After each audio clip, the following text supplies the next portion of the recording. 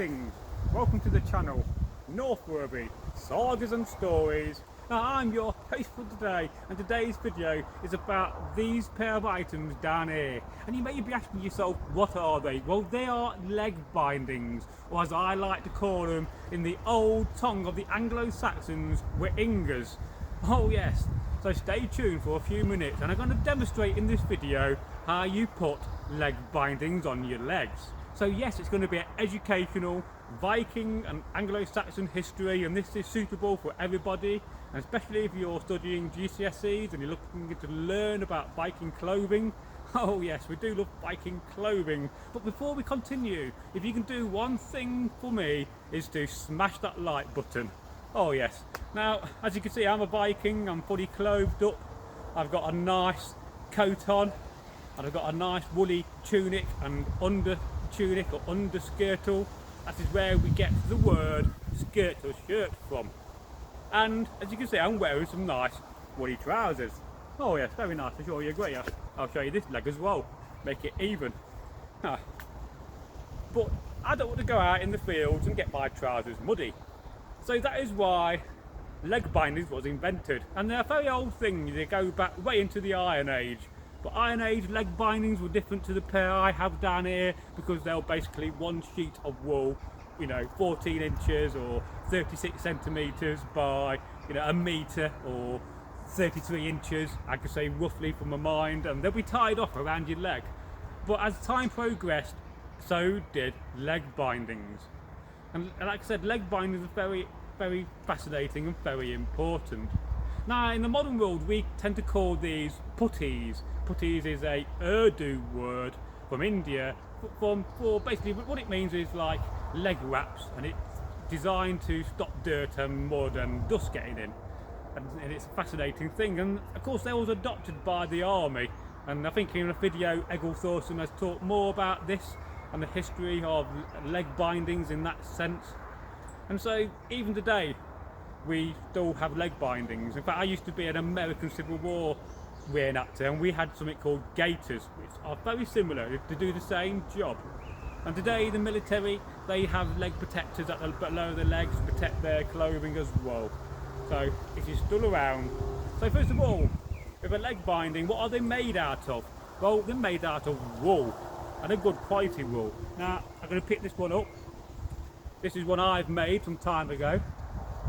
And one thing you should know is that when you wrap them back up after you put them on, always wrap them up inside out. And I'm going to demonstrate this one in a minute, over down here with this one. We'll demonstrate this. So I'm going to wrap this leg binding. So as you can see, I would say that's about 2 meters long, maybe a little bit shorter. One day I'm going to measure these exactly for you and give you the actual length. And as for the width of them, they're about 3 inches, 3.5 inches to something like that, and 10 centimeters in width. And this is the cord you can see in my hand, and it's a handmade cord and made by myself. And it took a lot of work to make this cord, I must say. Making cord is not easy, and it's very time consuming and hard on your hands. So the first thing I'm going to do is demonstrate wrapping a leg binding up. So you'll notice I've got the outside edge here, and I've got this cord. I'm going to place it along here, and then I'm going to start wrapping up and rolling this leg binding up, making sure that cord is in the centre. I know I'm a little bit far away, but I've got a massive big wood, oak stump in the way, and then I needed to be on camera to demonstrate the fact I can show my legs. So I'm going to keep rolling this, and the cord is going to stay in that centre. I've got a bit of a cold, I apologise. And there's the cord rolled up, and then I'm just going to finish off rolling this up, and then that's that leg binding ready to go on my leg. And the reason why you roll it up inside out is so that when you get it on your leg, I'm getting my leg up here, I'm wearing a pair of Viking turn shoes with a pair of woolly socks. I don't have that many pairs of authentic socks. It's something I want to get into, but I don't tend to wear them on camera too much because I want to save them for events and not wear them away. What I do have is old type of woolly socks, and they're not too bad for this period. And it's very important that when you do wear Viking shoes, you do have some comfortable socks on. You know, if you've got to wear modern socks, you've got to wear modern socks. We'll just get a pair of woolly socks to go over your modern socks, and it won't look too bad. But another idea with using leg bindings, it will hide some of your sock. So you notice the first thing I do is I'm going to put my leg binding there and hold it in my hand. I'm going to pull the leg binding round, and I'm going to make sure that it's holding and fastening in the first section. And in another video, when I do some experimental archaeology, I'm going to solve this solution, this problem about the leg bindings coming undone at the bottom of your leg. So you bear with me on that. And then I'm going to continue to wrap up, as you see. And I try to keep it as neat as possible. And then I come to the end. I've got two bits of cord. One goes out this way, it's a short section, and this long section I'm going to wrap around, and it should go round twice. And then I'm just going to simply tie off with a bow knot, and then that will stay secure. I won't come undone. And I've now got my first leg binding on, and I'm going to finish the video by standing on this log so you can get a closer look before we go, and I'll jump off in a dramatic way without falling down and say goodbye. But we're not there yet. I've got to put this other leg binding on, and as you can see, it's already been rolled up. In fact, I'm going to demonstrate again so that you understand and you get this idea. And if you do go online to buy some leg bindings, what you're often going to get is just a piece of wool, and it will be 2 meters long maybe, and it will be 12 centimeters wide, and it won't be, there'll be no sewing on it at all. So what I recommend you do is actually just go and buy a 2 meter length of wool from a wool trader and make your own. Not only will you save money, and you're going to get to the stage when you can sew up, and these are dead easy to sew with a blanket stitch and a wooding stitch. You're going to have a really authentic pair of leg bindings, and you're also going to have a lot of more wool left over from that 2 meter by, let's say 1.6 meter wool, you know, piece of blanket. So, and you could use a blanket as well. You could get a blanket and sew, you know, cut into strips and get 2 strips and sew them together and do the same thing. You could do that on a budget. So again, I've got my cord on the outside of my leg binding, and this time I'm going to just show it this way, and I'm rolling up and making sure my cord is in the centre still. It doesn't have to be neat, because the cord comes undone as you put it on your leg, but because I've done this so many times over the years, I'm just used to doing it, and I try to do this every time. I take my leg bindings off, I don't leave them in a heap. I roll them up and I put them in a leather sack for next time. And it's very important that you don't leave your wool lying about, because moths will be attracted to it. You do not want to, you know, to wait a season and winter goes and you go and get your kit out and find holes in it. That's very amateurish. So, you know, try to do better. So again, I'm going to, this time, I'm going to start around here. I'm going to hold this section with my hand and wrap around once. So this section here is secure.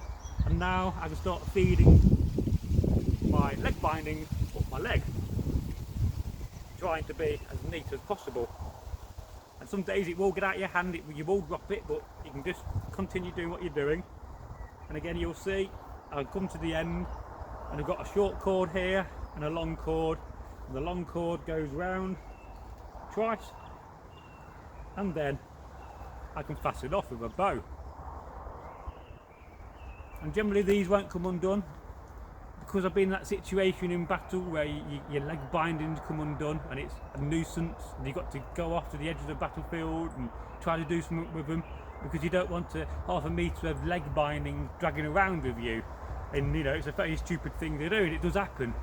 So having a secure way to fasten your leg bindings and making sure that they stay on your leg is a great thing to do. So I'm going to stand up here now. Give me a second. I might fall over, so this could be comical. And now you can get a good view of my leg bindings. It's alright, it's only a metre fall down there, I'm safe. I used to be a rock climber and a caver in my previous life. I mean, I could make them a bit neater as well, but I was just demonstrating, and I'm sure you agree, they look quite nice. Oh yes, let me jump there.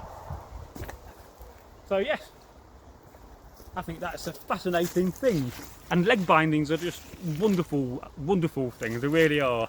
And I think in the future, when I made a live stream and get myself prepared beforehand and talk to you about all random things on live stream and actually sew a pair up, because I'm preparing to do that as well on some live streams. And once I just get to that comfortable stage in my mind and my set, I got everything ready to sew. I got quite a few things need sewing. I got like one of these shoes, you know, the button of antlers falling off yesterday, and so your kit always needs repairing and maintaining. Yes, and I hope you've got something out of this video, and it's educational as well as fun. I try to be funny in these videos as much as possible, and I try to be genuine and down to earth, and just talk to you like you're my friend and you're my family, my brothers and my sisters, and we're all here to make a better world and to bring history alive and to respect and honour history and to honour our ancestors, no matter where they come from in the world. We should always honour where we come from. And you know, the world is a wonderful place. Don't let anybody tell you any different. Oh yes, and keep battling on. So if you could do 2 things for the channel, number 1 is to go and you know, if you're not subscribed, make sure you are subscribed. I know about 60% of the people that watch are not subscribed to the channel, so I'm going to give you 3 things actually. So number 1, go and subscribe to the channel, and if you have subscribed, make sure you're not being unsubscribed by YouTube. If you've not watched it for a year or 2 and you come back to the channel, you say, oh look, there's a load of content at Northworthy being put up, you may have been unsubscribed by YouTube.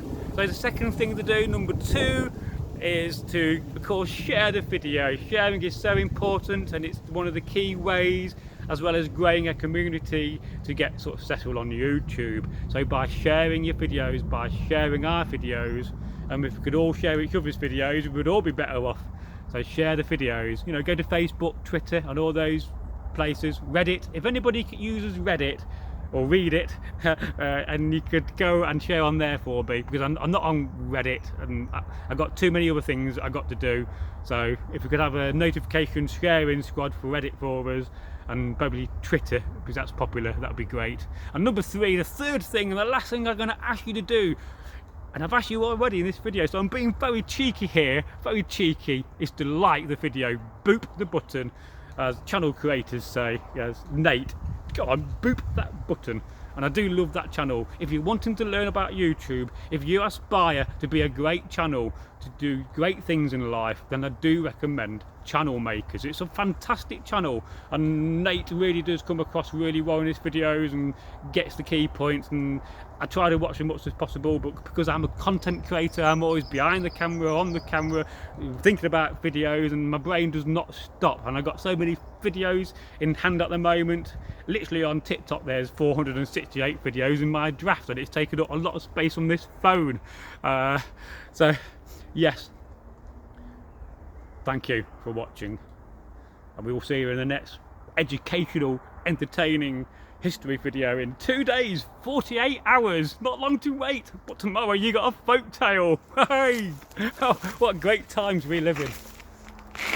I'm sliding down here, I hope.